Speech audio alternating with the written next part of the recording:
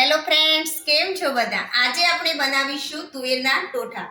તુવેરના ટોઠા બનાવવા માટે મેં એક વાટકી તુવેરના ટોઠાને 10 કલાક સુધી પલાળીને મૂકી દીધેલ. પછી તેને 5 થી 6 વિસલ વગાડીને ચડવી લીધેલ છે. પછી તેને લીલું લસણ સમારીને એક વાટકી લીધેલું છે, એક ટામેટું સમારેલું છે, એક સૂકી ડુંગળી સમારી લીધેલી છે અને આદુ મરચાં અને લસણની પેસ્ટ તૈયાર કરી છે અને વઘાર માટે તેલ લઈ લીધેલ છે અને સ્વાદ અનુસાર મસાલા લઈશું. તો ચાલો આજે આપણે તુવેરના ટોઠા બનાવવાનું શરૂ કરીએ. સૌપ્રથમ મેં ગેસ ચાલુ કરી એક વાસણની અંદર તેલ લઈ લીધેલ છે.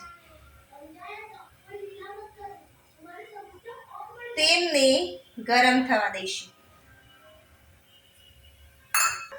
ચાલો હવે આપણું તેલ ગરમ થઈ ગયું છે. તેની અંદર જીરું નાખી દઈશું વઘાર માટે. જીરું જેવું લાલાશ પડતું થાય તરત જ હિંગ નાખીશું અને તરત જ આદુ મરચાં અને લસણની પેસ્ટ નાખીશું.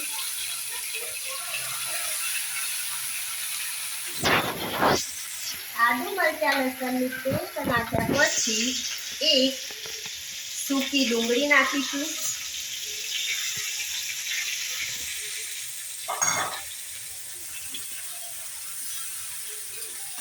સૂકી ડુંગળીને 2 મિનિટ સુધી સાંતળીશું.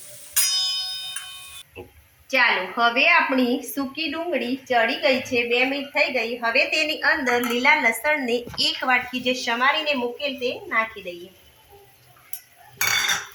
હવે લીલા લસણને આપણે 5 મિનિટ સુધી ચડવા દઈશું.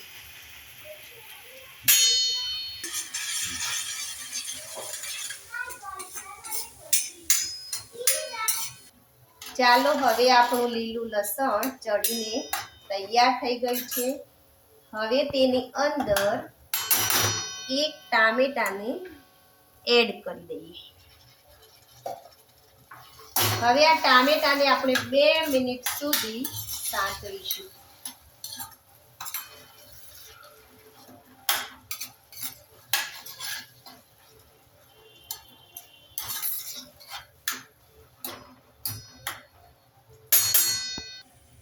ચાલો હવે આપણે ચેક કરીએ. આપણું ટામેટું ચડીને તૈયાર થઈ ગયું. હવે આપણે મસાલા કરી દઈએ.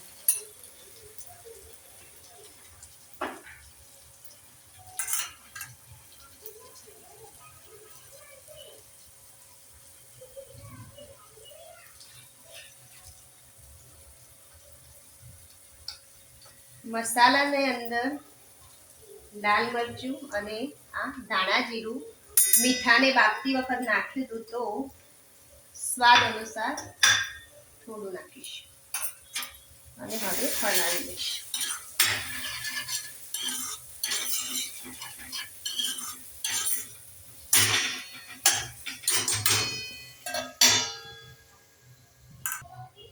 ચાલો હવે આપણા મસાલા ચડી ગયા હશે.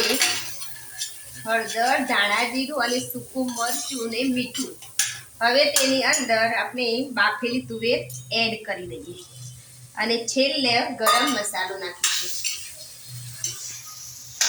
શિયાળાની ઋતુમાં ખવાતા તુવેરના ટોઠા ગરમા ગરમ બનીને તૈયાર થઈ જાય.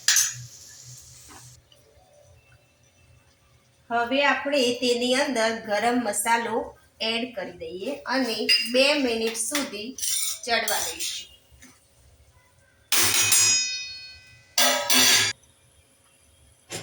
હવે આપણે ચેક કરી લઈએ. આપણો મસાલો બરાબર મિક્સ થઈ ગયું.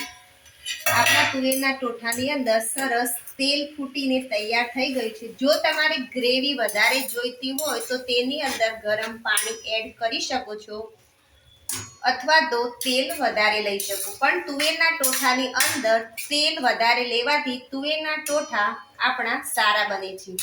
અને હવે આપણા તુવેરના ટોઠા રેડી થઈ ગયા છે. તુવેરના ટોઠાને બ્રેડ કે બાજરીના રોટલા સાથે ગરમા ગરમ જમવા બેસીશું.